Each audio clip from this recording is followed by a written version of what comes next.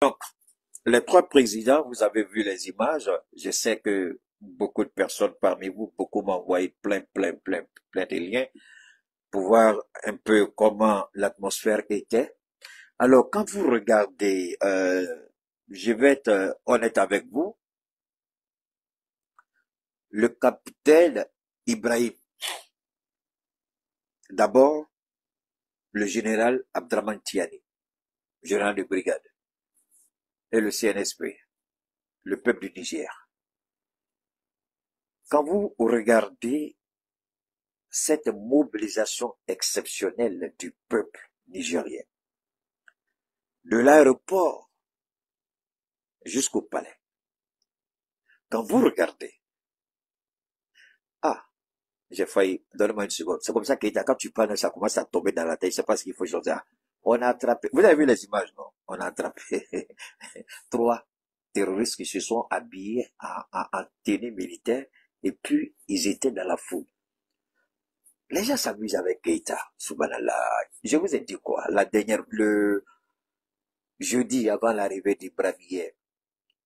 J'ai dit, les gens vont penser vouloir s'amuser, mais s'ils savent les dispositifs qu'on a mis en place avec l'aide de Dieu, ils vont pas s'amuser. C'est pas le jeudi, je vous ai dit ça.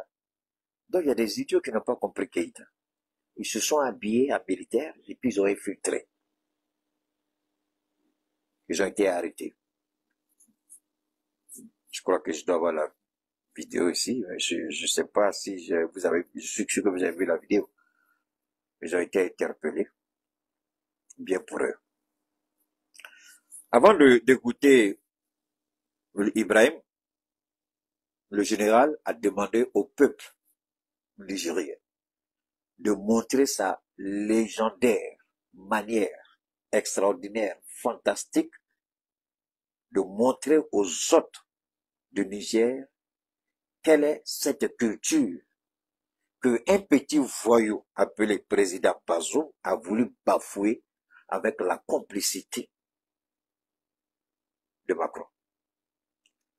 Alors, moi je vous avais parlé de la synchronisation des dates. Mais il y a un élément qui m'avait échappé. Je ne le savais même pas. J'avais vu une fois, mais je n'ai jamais prêté attention. C'était United Kingdom, le Royaume-Uni, l'Angleterre. Tout ce qui se passe actuellement là, les gens me disent, ah, Keïta, faut parler seulement du Sahel. Vous n'allez pas comprendre grand chose si je mets à parler du Sahel sans connaître ce que Dieu est en train de faire. La prière qu'on a faite là, les bénédictions et puis les malédictions là, c'est en train de répondre. Donc, notre stabilité dépend de ce que eux, ils auront chez eux. Puisqu'on est dans un village planétaire. Pour que tout se passe bien chez nous, il faut que quelque chose arrive là-bas. Ou bien c'est pas, bon, eux, ils nous ont volé pour devenir ce qu'ils sont. Maintenant, Dieu renverse la tendance. Nous, on va pas les voler. Nous, on va continuer à faire notre travail. Mais eux, chez eux, là-bas, on va mettre piment. Piment de biocossé. Il y a les atiers ici. Piment de biocossé, là, on met ça dans leurs yeux. Alors, en Angleterre, le petit orgueilleux, le petit vaurier qui a été parachuté premier ministre, il a voulu défier et il n'a pas compris une chose. Il a lancé des élections anticipées et il a perdu. Ceux qui sont arrivés au pouvoir en Angleterre disent, les travailleurs, avant c'était les conservateurs, les travailleurs, ils disent, notre priorité, c'est l'Angleterre. Notre priorité, c'est notre travail, notre sécurité, sécuriser nos frontières. Nous, on n'a pas le temps de mettre notre bouche d'affaires de l'Ukraine. Nous, on n'a pas le droit d'aller dire aux Maliens ce que les Maliens doivent faire, puisque nous faisons, ou du moins nous menons le même combat que les Maliens. Voilà ce que le nouveau Premier ministre a dit. Le petit voyou parachuté là, on l'a chassé, bye bye, il faut partir. Donc eux ils disent, Maliens, faites ce que vous avez à faire, nous on fait ce que nous on a à faire. Nous on a trop de problèmes chez nous aussi, on ne peut pas mettre nos bouches dans votre affaire. Dieu nous a répondu en Angleterre. Ce n'est pas tout. Aux États-Unis, pendant combien de mois, je dis, depuis que les déboires judiciaires de Donald Trump ont commencé, je vous ai dit quoi?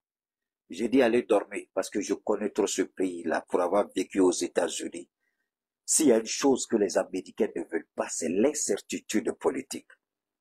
Et créer un précédent dans l'histoire des Américains, ils ne sont pas prêts. Comme Joe Biden n'est pas à la hauteur, il faut créer forcément des complications judiciaires à Donald Trump. Et je vous ai dit que Donald Trump ne sera jamais condamné. Et bon, ils ont commencé à attaquer. Oh Allah, ils ont commencé à attaquer. Ça fait pitié. Quand je commence à monter net, ils attaquent. Même les gens qui viennent s'abonner là, ils ont bloqué les abonnements. C'est le chiffre ne monte même plus. Les gens veulent s'abonner, ils ne veulent pas. Donc, allez-y vous abonner. S'ils ne veulent pas là, vous ressortez, vous faites jusqu'à ce que la machine même soit fatiguée, que la machine là va vous laisser tranquille. Donc, Donald Trump, le lundi passé, ça fera une semaine lundi qui arrive, la Cour suprême, la plus haute juridiction aux États-Unis, dont la décision ne peut jamais, il n'y a pas de voie de recours, a dit que Donald Trump aura l'immunité présidentielle et que rien de son immunité ne sera retiré. Donc, les déboires judiciaires, c'est fini, ils ont mis un frein.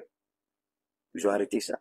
Mais pourquoi cette histoire de Donald Trump nous intéresse ici? Parce que Donald Trump a toujours dit une chose. Laissez les Africains se débrouiller seuls. On n'a pas besoin de les voler. Mais Joe Biden, de concert avec Emmanuel Macron, ils ont essayé de nous attaquer sur les réseaux. Et c'est eux qui font.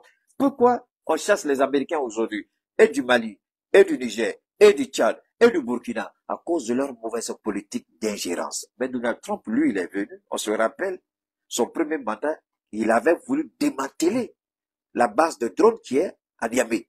C'est Emmanuel Macron qui allait aux États-Unis demander pardon à Donald Trump pour maintenir cette base de drones. Donc, ils ont réduit l'effectif de moitié.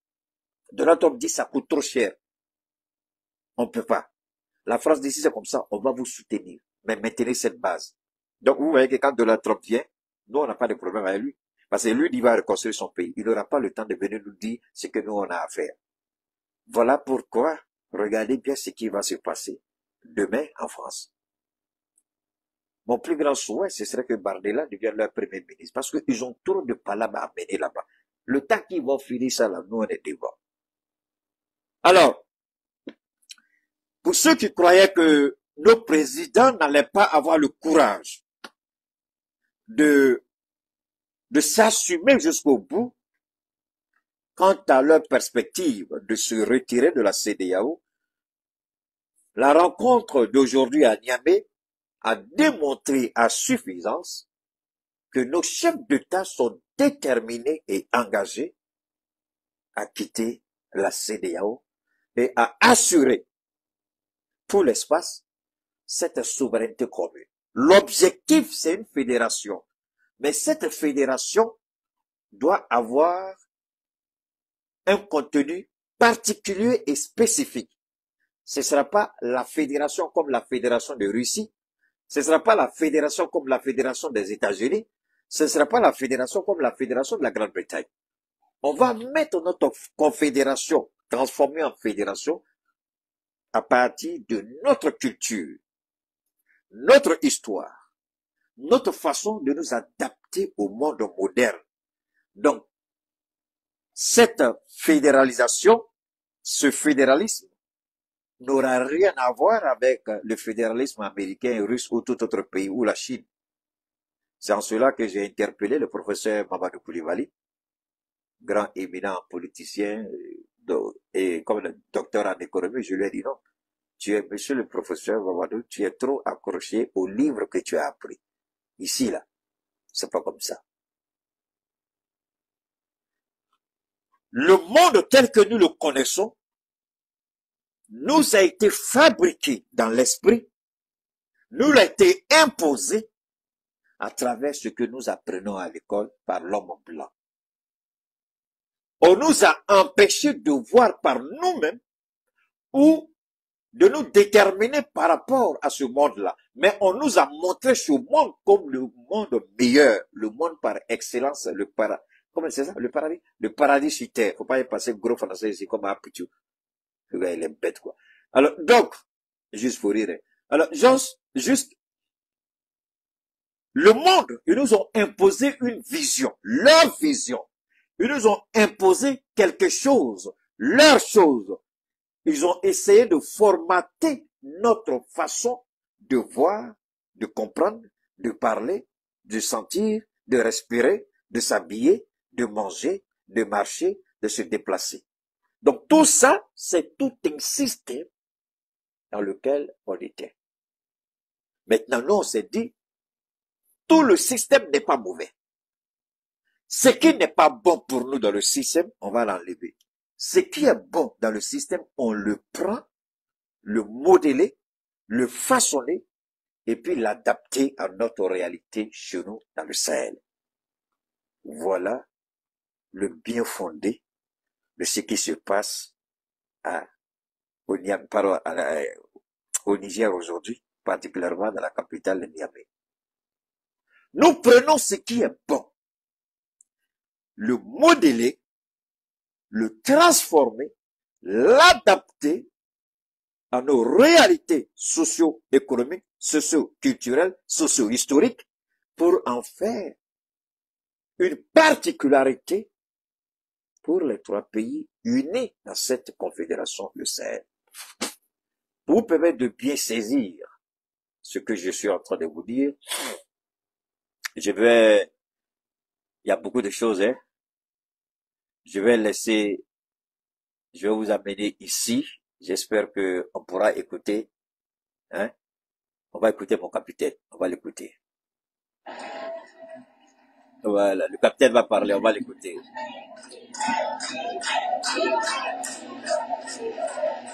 Ah, le gars, il est grave, hein. Avant qu'IB ne parle, IB est grave. IB est un orateur fin. Et puis IB utilise les mots justes. Et quand il parle, ça vous perce le cœur. IB ne sera jamais aimé par Alassane Ouattara. Jamais.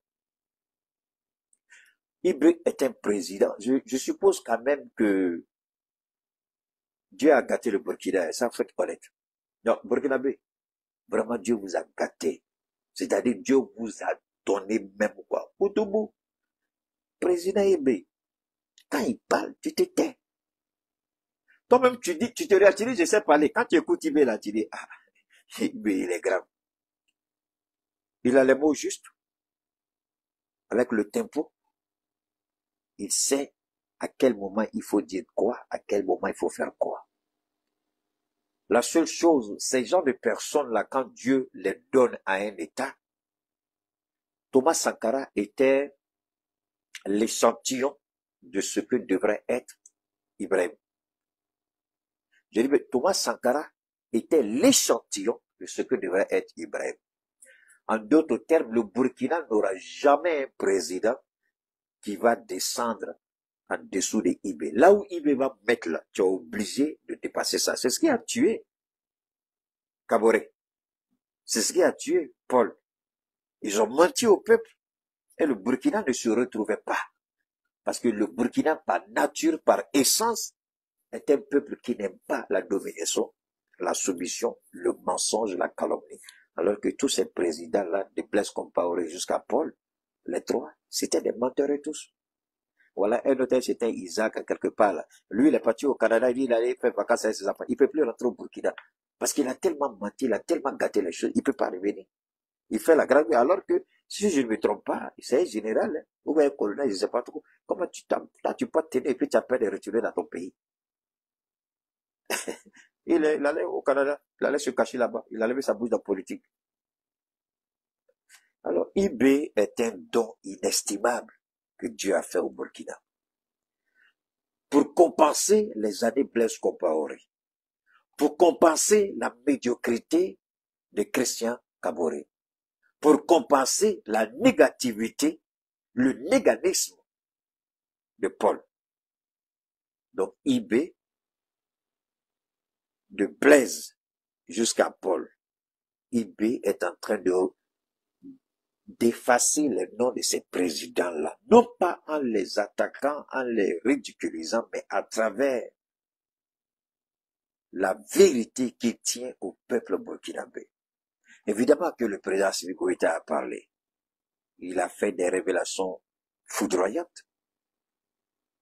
On ne peut pas dire que voilà ce qu'on va dire d'Ibrahim aujourd'hui et en même temps parler d'Assimi. Non. Il faut que chaque fois que je sorte, aujourd'hui je vais faire sur Ibrahim, leur plus jeune frère. Si Dieu me le permet, demain je ferai pour Assimi Goïta. Donc aujourd'hui, ce sera uniquement le discours d'Ibrahim Traoré. Ensuite, ce sera le discours du président Assimi Goïta. Et on va terminer notre séance avec le général Abdraman Tiani, qui est le plus âgé et qui était celui qui recevait ses deux jeunes frères. Mais il est important d'écouter Ibrahim.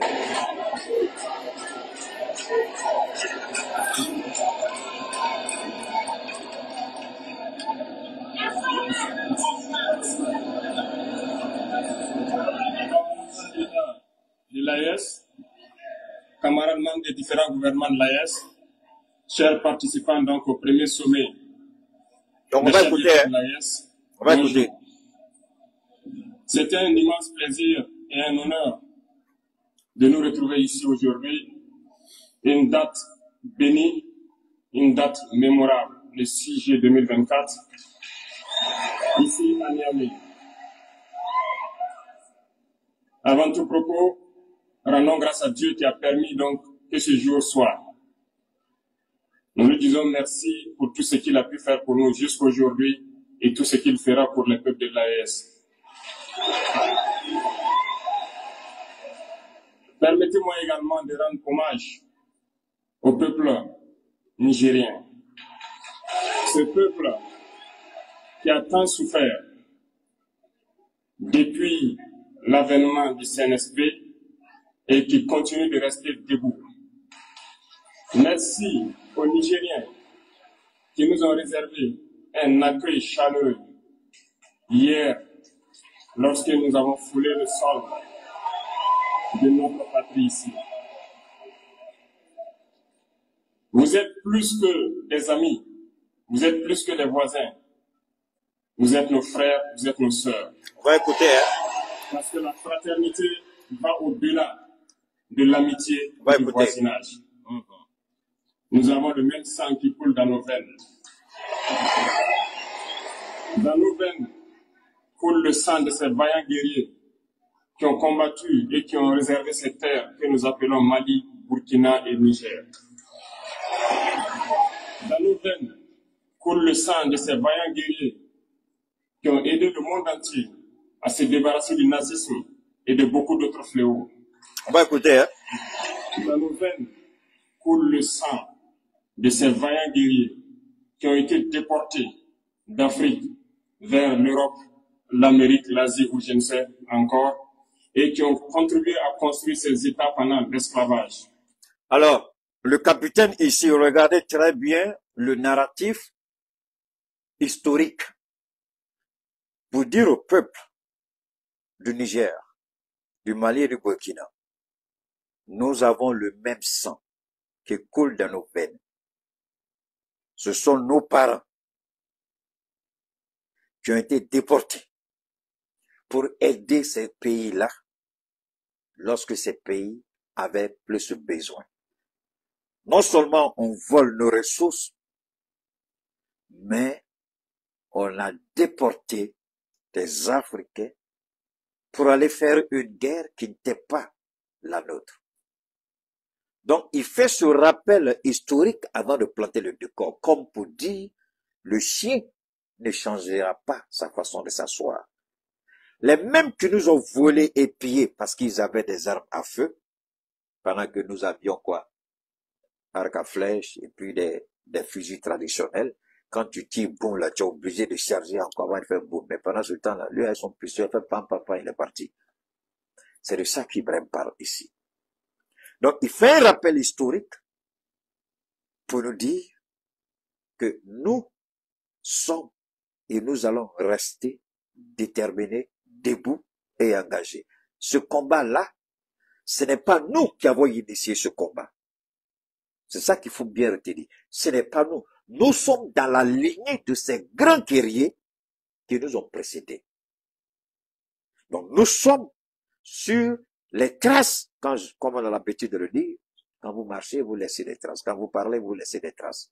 Quand vous vous habillez, vous laissez des traces. Parce que votre parfum, on saura tout de suite que vous êtes passé par là. Alors, il rappelle ces faits. Il plante un décor socio-historique avant de maintenant rentrer dans le vif du sujet. C'est ça qui fait la force de ce monsieur. Il a à peu près la même façon de parler, un peu comme le général. Parce que le général, quand vous écoutez le général vous donner des cours d'histoire, vous vous posez la question, mais quel militaire il est ce monsieur-là? Et puis il n'est pas devenu professeur d'histoire, quelque chose comme ça. On va écouter. Dans nos veines coule le sang d'hommes dignes, d'hommes robustes, d'hommes debout. Et pour cela, soyons-en fiers. Okay. Et soyez remerciés d'être ressortissants de l'AES. Donc, il présente nos ancêtres, nos aïeux, nos arrière-grands-parents, tous les hauts. Nous sommes tous, vous le savez, très souvent, je dis, je suis fier d'être descendant de Sundiata. C'est une fierté pour nous. Alors ici, soyez fiers d'être de l'AES, quelles que soient les difficultés que nous traversons aujourd'hui. C'est juste une étape dans le processus de mise en place d'un État fort, puissant, respecté et envié. Donc, soyons fiers de ce que nous sommes, soyons fiers d'où nous venons, soyons fiers de ceux-là qui étaient là avant nous. Quand je dis ça, évidemment, on ne peut pas parler de Blaise Compaoré, on ne peut pas parler des Christians, on ne peut pas parler des Bazou, hein? On ne peut pas parler des Alpha ou Makonare. On parle des vrais patriotes, des vrais guerriers qui n'avaient peur de rien, qui préféraient la mort à l'humiliation. C'est de ceux-là qu'on parle. Ici, tout le contexte de ce fameux slogan de Thomas Sankara, la patrie ou la mort, nous vaincrons. Ça se trouve ici. Dans la mort, nous allons vaincre parce que nous n'allons pas mourir les bras baissés. Nous allons mourir les armes à la main. Ce sera notre victoire parce que cette mort, ce n'est pas une mort fortuite et gratuite. C'est que nous nous sommes battus pour notre pays. Et cette mort honorable et honorifique est une victoire en soi. C'est ce qu'il dit ici. Donc, il a su planter le décor pour que chacun se sente fier d'être ressortissant de l'AES. On va écouter. L'Afrique, ce continent qui a tant souffert et qui continue de souffrir du fait des impérialistes. Voilà. Ces impérialistes n'ont qu'un seul cliché en tête. L'Afrique est l'empire des esclaves. C'est comme ça qu'ils voient l'Afrique. Pour eux, les Africains les appartiennent. Nos terres les appartiennent. Nos sous-sols les appartiennent. Ils n'ont jamais pu changer de logiciel jusqu'à aujourd'hui. C'est déplorable. Alors, ici, écoutez très bien, ils n'ont pas changé de logiciel. Le général Lecomte, est-ce qu'il, ici, ne donne pas raison au capitaine Ibrahim Traoré? Cet ancien général, chef d'État des forces armées de la France, n'a-t-il pas dit, un jour ou l'autre, il va falloir prendre les armes pour venir. Donc, c'est parce qu'il nous voit toujours en esclaves, en dominés, en soumis. L'ancien ministre de l'économie et des finances, on a fait une intervention sur ce monsieur-là aussi, qui dit qu'il va falloir que l'Europe prenne ce courage des deux mains pour venir attaquer l'Afrique. Quand il parle d'Afrique, c'est une diversion, mais en réalité, il parle du Sahel.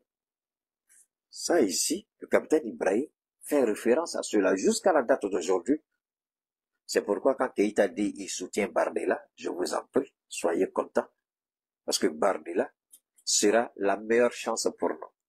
On sait que dans tous les cas, ils peuvent rien faire, mais un Bardella, Premier ministre, le temps que Macron va finir ses déboires avec Bardella, le temps que la presse française va s'occuper de Bardella, le temps que les ONG vont finir de s'occuper de Bardella, nous, on aura des choses à faire à tête reposée. Alors, c'est pourquoi ils ont monté ce narratif fallacieux pour essayer de salir l'image de ce monsieur-là.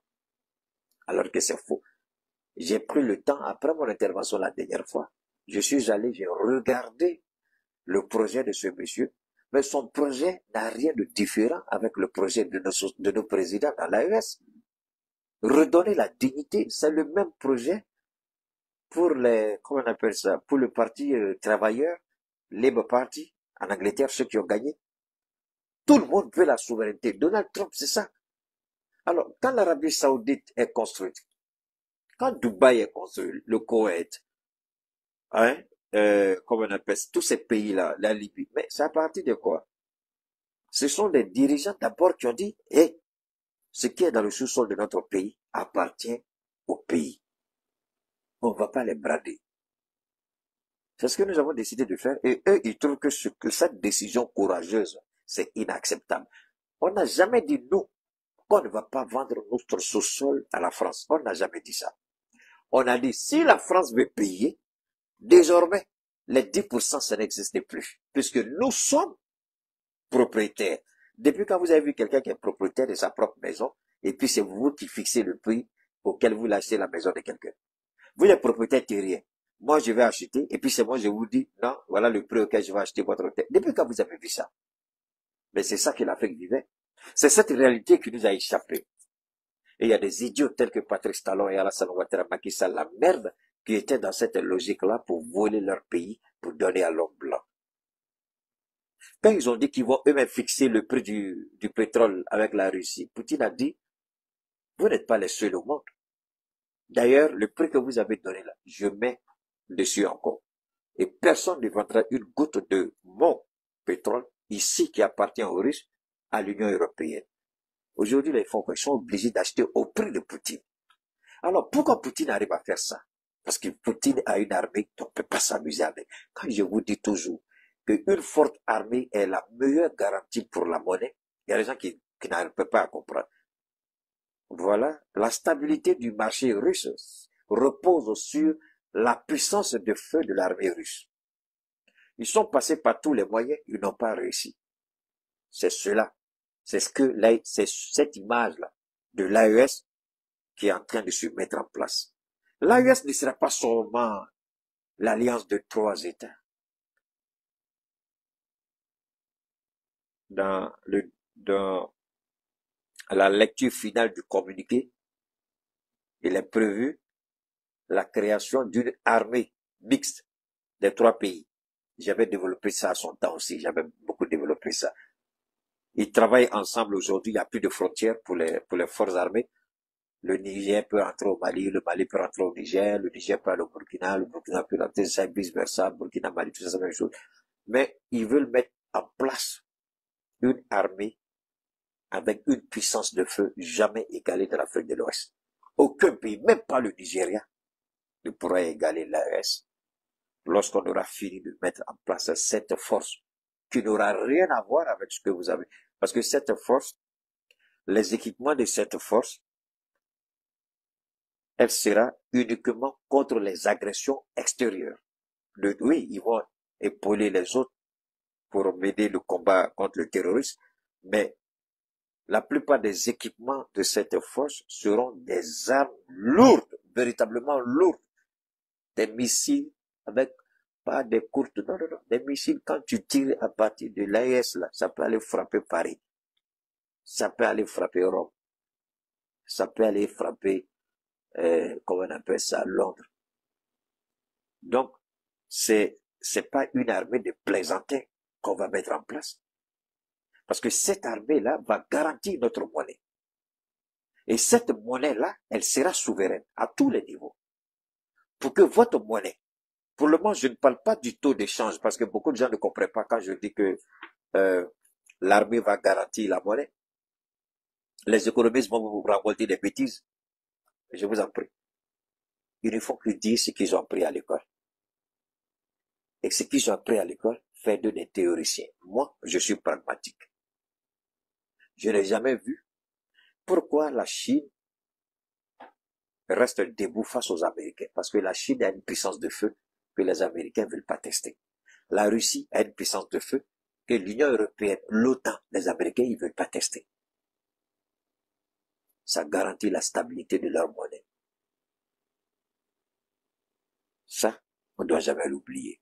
Et ça, l'AES l'a regardé, l'AES l'a compris et l'AES a dit, on va avoir notre monnaie, mais avant la mise en place de notre monnaie, on doit avoir une armée robuste et solide pour répondre à toute éventualité. Mais comment procède-t-il? Écoutez, C'est malheureusement depuis donc ces années 60 où ces simulacres d'indépendance ont été donnés à l'Afrique. Ils n'ont juste fait que placer des valets locaux à la tête, selon eux, de leur sous-préfecture pour pouvoir continuer à les alimenter. patates. Ces valets locaux que nous allons qualifier aujourd'hui d'esclaves de salon n'ont d'autre repère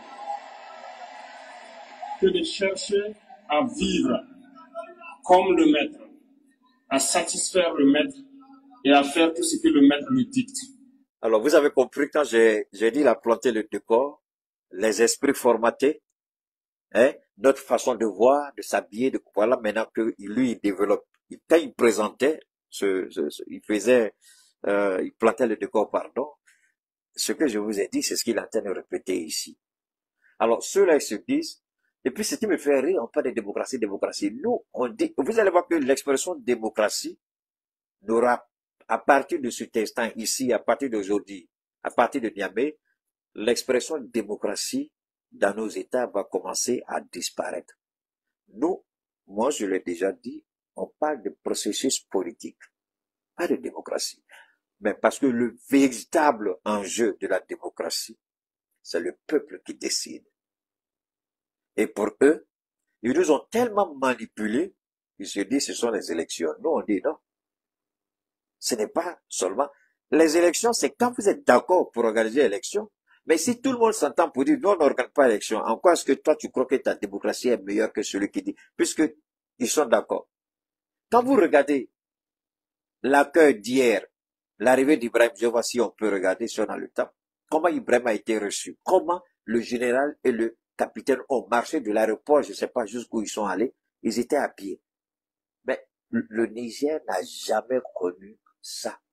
Aucun pays dans l'AES, je peux dire c'est après le Niger, peut-être le Mali avec la grande mobilisation que nous avons fait, je ne sais pas le combien janvier là, pour affirmer la souveraineté de quand Assimi Goïta s'est assumé, il y a eu une grande mobilisation au Mali à peu près sur l'ensemble du territoire, à peu près les gens évaluaient ça à 3 millions ou 5 millions de personnes à travers tout le Mali. C'était la même chose ici. On l'a jamais. Mais moi je me posais la question, comment sont ces présidents-là et comment ce peuple-là? Mais c'était, hier ils sont sortis, aujourd'hui ils sont sortis pour accueillir Assimi Goïta. Alors, il faut être malhonnête. Vous savez, je vais m'arrêter un peu. Est-ce que la presse française a parlé de ça? Combien vous avez vu? Parce que je n'ai pas encore vu. J'ai pas vu de lien, parce que souvent il y a des gens, mon petit bâtiment, mais je n'ai pas vu de lien. Ah, j'ai oublié. Il y a bon, quand Keïta vous dit, quand Dieu va les occuper, nous on va finir pour nous là. Est-ce que vous avez vu la presse? C'est seulement quelques médias anglais. J'ai vu beaucoup, ce sont les médias anglais qui ont parlé. France 24 est resté pour. Même si on les a chassés. Ah, on les a chassés, mais ils parlent toujours de nous. Faire France 24, bouh. RFI, bouh. TV5, bouh. Donc, ce que Keïta a dit est vrai alors. Dieu va les occuper pendant que nous on construit notre Sahel. Mais pendant qu'on est en train de faire ça, le monde a vu quelque chose d'extraordinaire. France 24, on a donné les instructions fermes de publier rien, de faire rien. On les a pas vus. Ou bien vous avez vu, parce que moi je n'ai pas vu. Je voulais, j'ai fait tout. Quand je me suis réveillé aujourd'hui, là, dans l'après-midi, j'ai passé mon temps devant mon cinéma. Puis je fouillais seulement. Je ne voyais rien.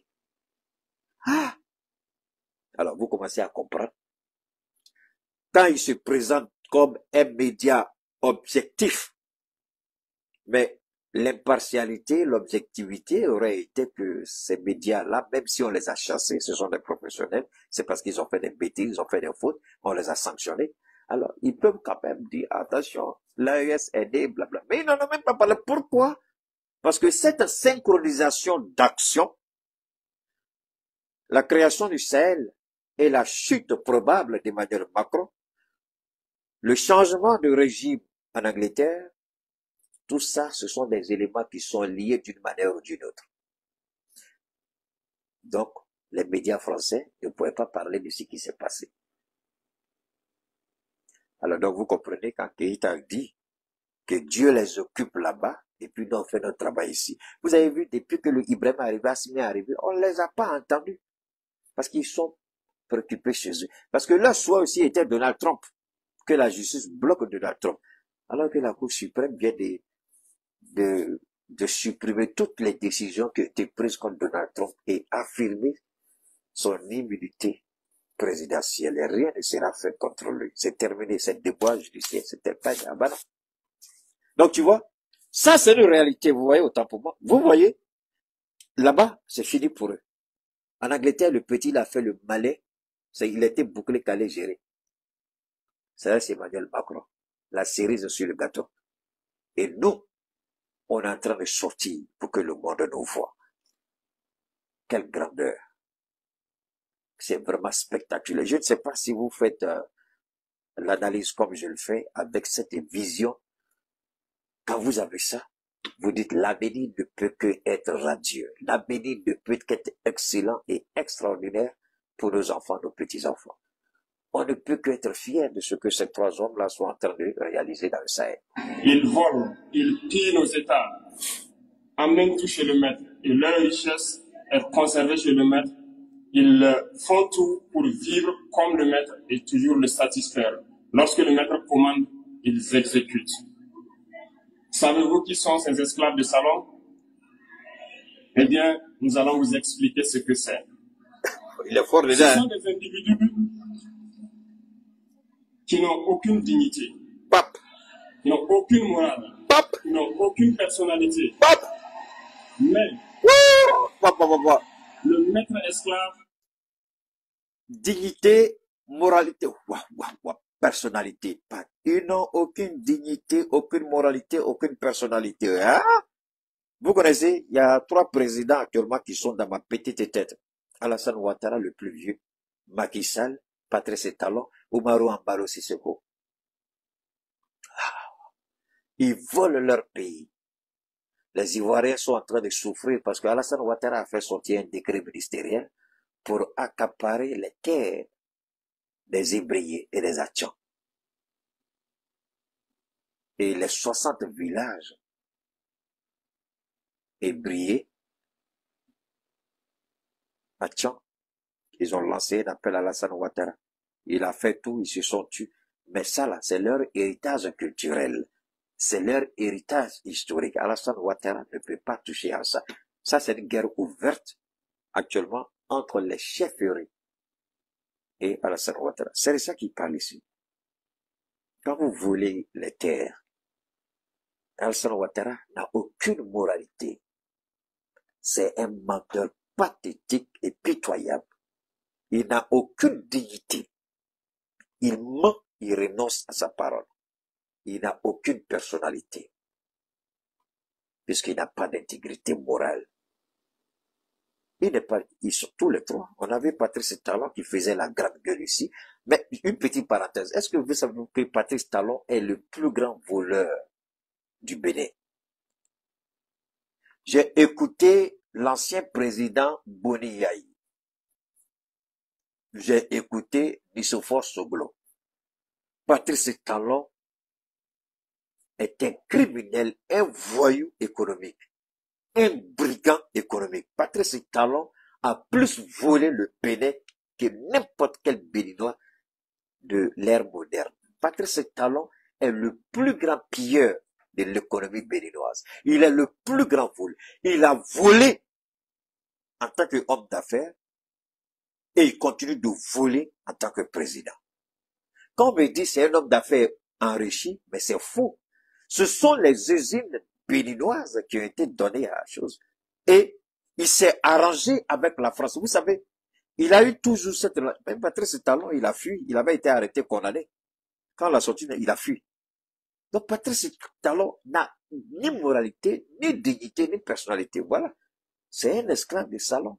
Tel que dit ici, Alassane Ouattara, il a fui pour aller se cacher. Macky Sall, on l'a vu au temps d'Abdoulaye Wade, devenu président, il a changé tout de suite. C'est un esclave de salon.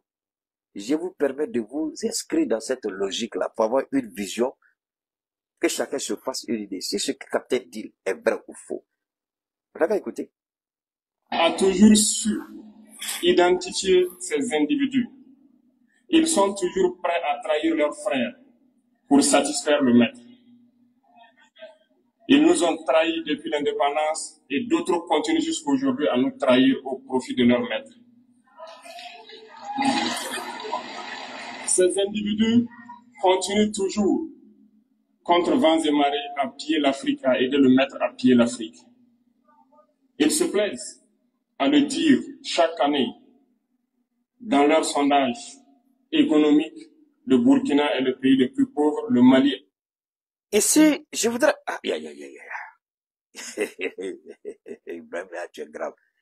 Ici, vous comprenez que quand Keïta a interpellé le professeur Mamadou Koulibaly, je reviens encore là-dessus. Merci mon frère pour les Atiers. Merci, les Atiers aussi sont dedans. Toutes mes excuses au peuple Atier. C'est un peuple qui m'a aimé, c'est un peuple qui m'a nourri, c'est un peuple où j'ai fait véritablement mes premiers pas en tant qu'adulte, qui m'a beaucoup soutenu. Merci à vous. Merci au peuple Atier. Alors ici, écoutez très bien ici. Vous savez, c'est grave. Quand j'ai interpellé le professeur Mamadou Koulibaly, il y en a qui ont dit, ah, Keïta, comme un docteur, professeur d'université, toi, tu peux l'interpeller. Capitaine a dit, grand frère, faut te calmer. Quand je vais arriver à Niamey, là, je vais rétablir la vérité. On va te respecter. Je dis, ok.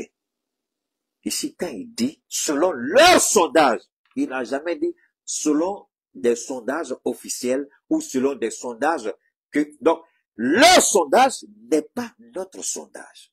Leur sondage, c'est par rapport à ce qu'ils ont appris à l'école et ceux qu'ils ont formatés pour répéter comme des perroquets.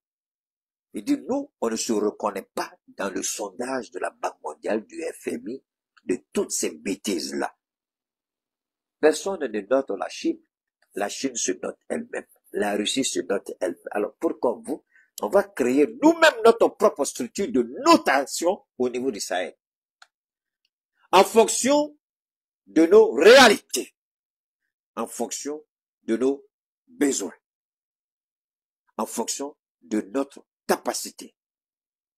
Si vous créez une banque, vous voulez avoir une monnaie commune, vous voulez un marché commun, vous avez votre propre structure de notation. La Russie dit personne désormais ne va nous noter. Nous allons nous noter nous-mêmes. C'est pourquoi Ibrahim ici dit selon leur notation. Une notation qui ne nous regarde pas.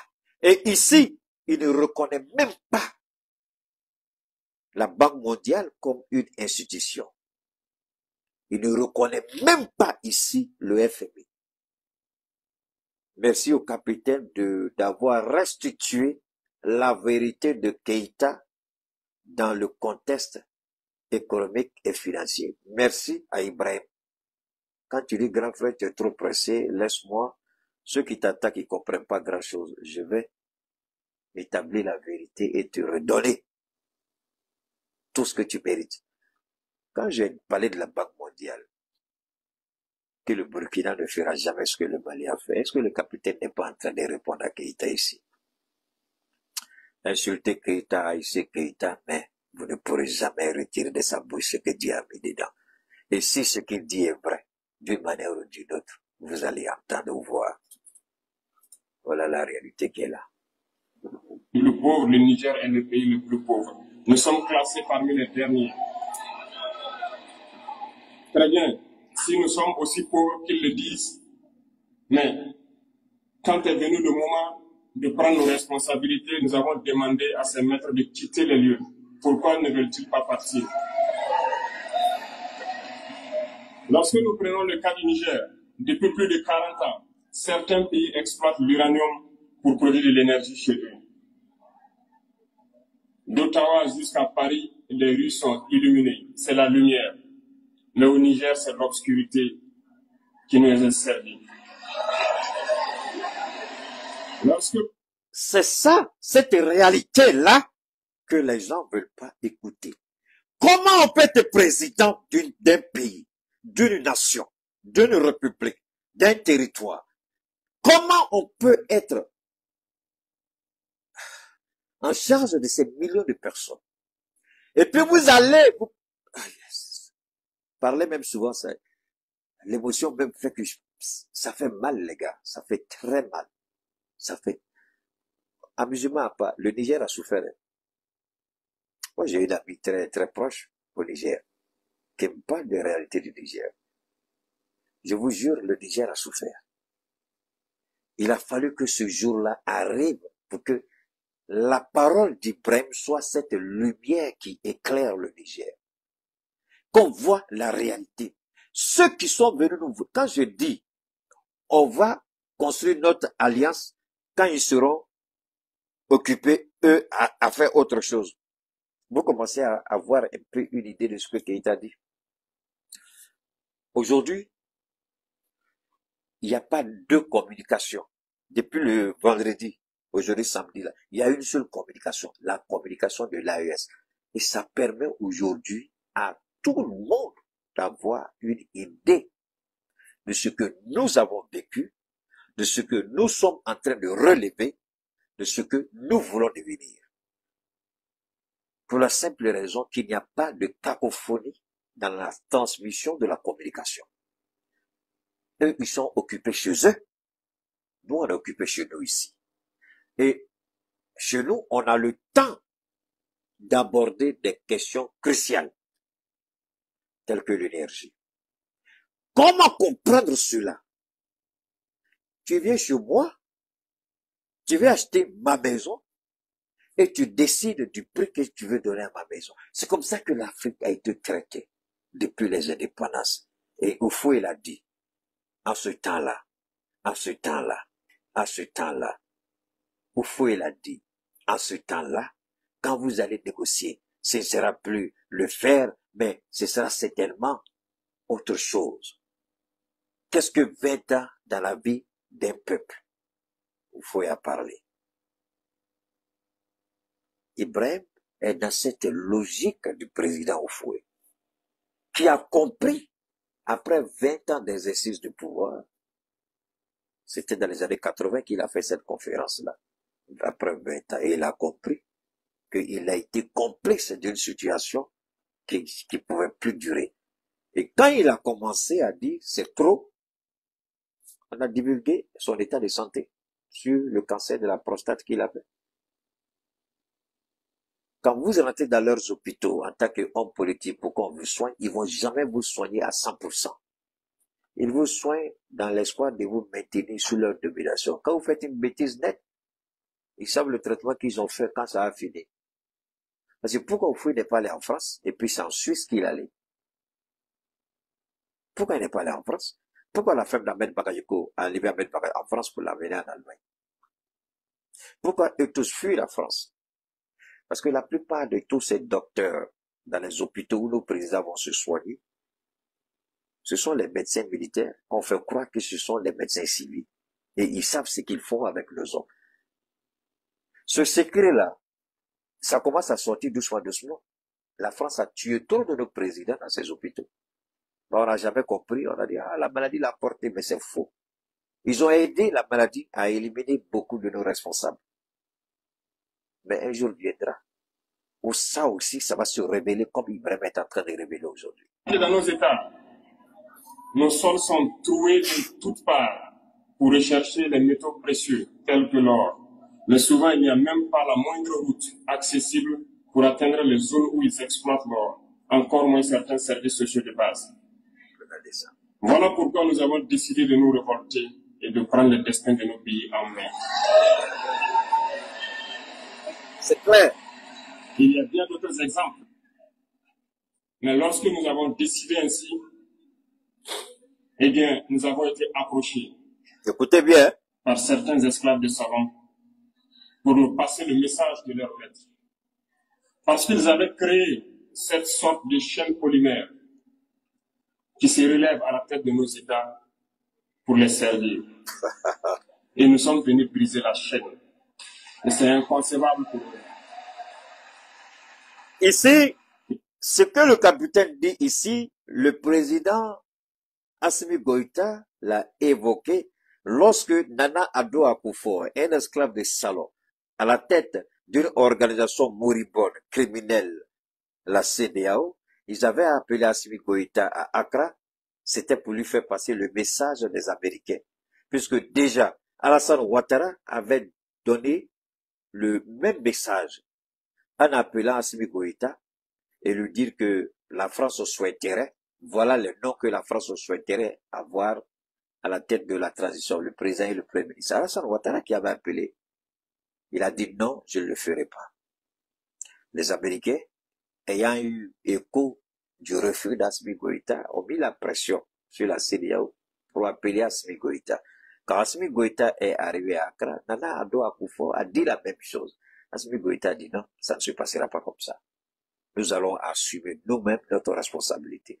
Voilà pourquoi ils ont refusé de nous vendre les armes. Voilà pourquoi les ONG terroristes, Amnesty International, Human Rights Watch et les Nations Unies manipulées mentent au quotidien pour ternir l'image de nos soldats, nos vaillants soldats. Parce que c'est grâce au sacrifice de leur vie que l'AES est née. C'est pas la politique qui a créé l'AES. Ce sont nos forces armées, particulièrement les FAMA. Les FAMA, les FAMA et les FAMA, toujours les FAMA, Forces armées du Mali. Nous avons ici, ce sont nos, vous commencez à comprendre quand je dis c'est l'armée qui garantit la monnaie. C'est l'armée qui garantit la politique. C'est l'armée qui garantit les institutions. Beaucoup de gens vont dire, gendarmerie, police, vous n'avez rien compris. Pour qu'il y ait une police et une gendarmerie, il faut qu'il y ait un État existe. Et la garantie de la souveraineté de l'État est comme à l'armée. Si vous n'avez pas une armée, vous n'avez pas d'État, vous n'avez pas de police, vous n'avez pas de gendarmerie, vous n'avez pas d'institution, vous n'avez rien. C'est l'armée. Et cette armée-là, la première dans l'ES, qui a décidé parce que la guerre telle que nous l'avons vue, telle que nous menons à cette guerre aujourd'hui dans le Sahel, c'est pas dans les écoles militaires françaises ou américaines. Ils vont se vanter, mais c'est pas ça. Ce qui était formidable avec nos officiers, Sadio et tous les autres, Bourbo, et tous, dans l'AES, ils ont pris ce qu'ils ont étudié sur l'homme blanc. Ils ont regardé notre géographie, notre sociologie. Ils ont regardé notre pays. Comment, quel genre de guerre nous voulons mener contre les terroristes? Et ils ont redéfini la guerre. Le Sahel a redéfini la guerre. Voilà pourquoi j'ai dit au professeur Mouadou Koulibaly, ce que tu as appris à l'école, ce que tu enseignes à l'université, n'est pas applicable chez nous. Non. Tu viens avec tes livres d'économie, de mon frère, il faut rester chez toi. Nous, ça ne nous intéresse pas ici. Nous, on regarde notre réalité, on l'adapte, on la transforme, et puis on avance. C'est ça. Et nos armées, ce qu'ils ont appris chez eux, chez les Blancs, ils l'ont adapté à notre réalité. Ils ont mené ce combat sans détruire les infrastructures, sans détruire. On combat les terroristes sans détruire notre pays. Et nous, aujourd'hui, on peut enseigner la guerre contre le terrorisme dans les plus grandes universités au monde. Parce que ce qu'on réalise aussi dans le Sahel, aucun pays, aussi puissant soit-il, ne l'a déjà fait. Personne. Les Américains, ils cassent tout, ils détruisent tout. Ils sont plus bêtes que vous le pouvez l'imaginer. Mais regardez comment nos soldats se battent. Regardez ce que l'OTAN a fait en Côte d'Ivoire, en Libye. Regardez les États-Unis et l'OTAN en Irak. Regardez en Syrie. Ils ont tout détruit. Pour que Poutine aujourd'hui décide de lancer de ces bombes-là en Ukraine, c'est l'OTAN qui a poussé Poutine. Sinon, Poutine ne voulait pas faire ça. Les armes que Poutine est en train d'utiliser, Poutine ne voulait pas les utiliser, mais ils ont poussé Poutine. Comme eux, ils ont échoué en Syrie. C'est Poutine qui les a fait échouer en Syrie. Donc, l'Ukraine est devenue leur petit jeu pour se venger de ce que Poutine a fait en Syrie. Au mépris de la vie des enfants syriens, au mépris de la vie des enfants ukrainiens. Voilà le monde occidental, le plus sauvage de notre monde. La civilisation occidentale est la plus criminelle qui n'ait jamais existé sur la planète Terre. Cette réalité, je vous en prie que chacun réfléchisse un peu. Nous approché et nous ont demandé de rentrer dans les rangs pour faire partir de l'élite qui doit diriger l'Afrique, parce qu'ils ont une élite formée et formatée qui doivent suivre, qui sont incrustés dans cette chaîne-là. Nous avons refusé de rentrer dans leur rang. Et dès lors, les hostilités ont commencé. C'est ça la réalité. Vous voyez dans nos zones, plusieurs mercenaires, des formateurs, les agents sont descendus dans le Sahel pour espérer mener des attaques barbares, lâches contre nos populations, espérer les révolter. En plus de ces attaques sur le terrain, les attaques communicationnelles, la manipulation, la désinformation bat son plein dans leur rang. Mais les peuples du Sahel ont compris. Et plus jamais on ne pourra les manipuler. Ils savent ce qu'ils font et ils savent où ils partent.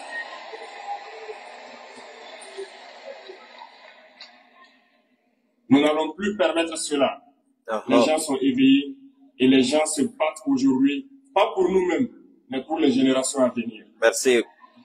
Et merci à tous pour le combat qui est livré. Cela ne nous fait jamais pleurer. Nous n'allons pas trembler. Nous allons affronter. Nous allons nous battre pour l'indépendance réelle, pour notre liberté,